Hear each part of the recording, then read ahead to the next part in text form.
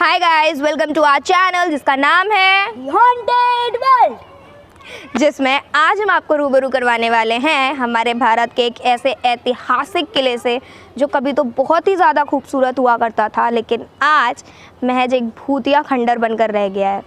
तो चलिए जानते हैं उस किले का नाम और उस किले के भूतिया बनने के पीछे की पूरी कहानी। Let's go.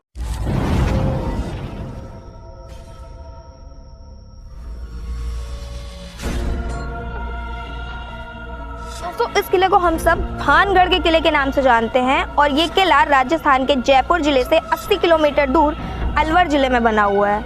ये किला 1573 में आमेर के राजा भगवंत दास ने बनवाया था।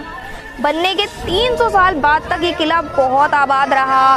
भानगढ़ में बाजारें लगती थी, लोग रहते थे, सब कुछ हंसी खुशी से चलता था। फिर जो ये भूतिया बनने का पूरा सीन है वो इसके बाद से स्टार्ट हुआ। दोस्तों, जैसा कि मैंने आपको बताया कि बनने के 300 साल बाद तक वो किला बहुत आबाद रहा, वहाँ पर लोग रहते थे। तो जब 300 सालों के बाद राजा सवाई मानसिंह के छोटे भाई राजा माधव सिंह उस किले में रहने आए, उन्होंने उस किले को अपना निवास स्थान बनाया। ये भूतिया बनने का सिलसिला उसके बाद से ही स्टार्ट हुआ। तो दोस्तों, कहते हैं कि उस ज़माने में जो भानगढ़ की राजकुमारी थी रत्नावती, वो बहुत ज़्यादा खूबसूरत थी। कई राज्यों में उनकी खूबसूरती के चर्चे थे और उनको इत्र बहुत पसंद था। मतलब जैसे कुछ लोग होते हैं ना कि उन्हें ये चीज़ पसंद होती है, ये चीज़ पसंद होती है, तो उन्हें परफ्यूम्स का बहुत शौक़ था, उन्हें परफ्यूम बहुत पसंद था। तो एक दिन क्या हुआ, वो अपनी सहेलियों के साथ में बाज़ार में निकली, एक दुकान पर पहुंची और उन्होंने एक परफ्यूम की एक इत्र की बोतल उठाई और वो उसे सूंघने लगी। उनसे थोड़ी दूर पर खड़े होकर एक आदमी उन्हें देख रहा था जिसका नाम सिंधु सेवड़ा था। वो आदमी उन्हीं के राज्य में रहता था और तंत्र विद्या में महारथी था। तो राजकुमारी को देखते ही उस आदमी को उनसे प्यार हो गया और वो दिन रात राजकुमारी को अपना बनाने के बारे में सोचने लगा। दोस्तों, जैसा कि मैंने आप लोगों को बताया कि राजकुमारी को इत्र का बहुत ज़्यादा शौक था, तो एक दिन उस आदमी ने क्या किया, वो आदमी बाज़ार की उस दुकान पर गया जिस दुकान से राजकुमारी के लिए इत्र भेजा जाता था और वहाँ पर जाकर उसने एक इत्र की बोतल उठाई और वो इत्र था जो राजकुमारी के पास भेजा जाने वाला था। तो उस आदमी ने उस इत्र की बोतल पर, यानी कि उस परफ्यूम की बोतल पर कुछ काला जादू किया और वशीकरण मंत्र का इस्तेमाल किया। दोस्तों, वशीकरण मंत्र वो मंत्र होता है जिसको अगर किसी पर यूज़ करो तो उस आदमी का कंट्रोल अपने आप पर नहीं रहता, वो वही कुछ करता है जो आप उसे करवाना चाहो, उसका खुद पे काबू नहीं रहता।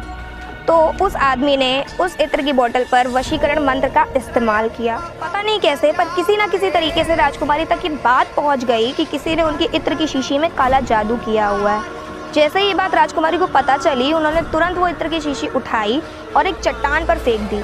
जैसे ही वो शीशी चट्टान से टकराई, तुरंत ही वो शीशी टूट गई और उसके अंदर का पूरा इत्र गिर गया। काला जादू होने की वजह से जिस चट्टान पर वो इत्र गिरा था, वो चट्टान तांत्रिक की तरफ रवाना होली, जिसमें दबकर तांत्रिक की मौत हो गई।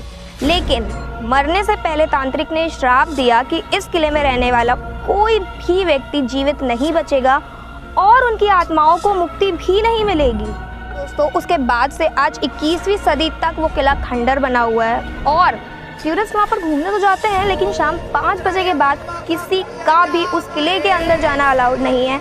किले के मेन गेट को शाम 5 बजे बंद कर दिया जाता है। अगर आप जाना भी चाहो, जैसे कुछ लोग परमिशन लेके गए भी हैं, तो या फिर परमिशन लेके या फिर उसके बिना, जैसे हम लोग यूट्यूब में वीडियोस देखते हैं, कुछ लोग वहाँ पर गए हैं लेकिन उनको भी वो मेन गेट बंद ही मिला है, उसके अंदर जाने की परमिशन किसी को भी नहीं है।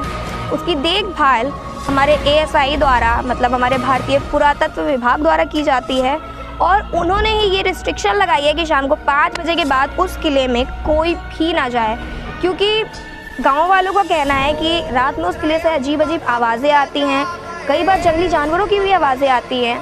तो इसीलिए भारतीय पुरातत्व विभाग ने उस पर रिस्ट्रिक्शन लगाई है कि शाम को 5 बजे के बाद उस किले में कोई नहीं जाएगा। दोस्तों, ये थी भानगढ़ के किले के भूतिया बनने के पीछे की पूरी कहानी।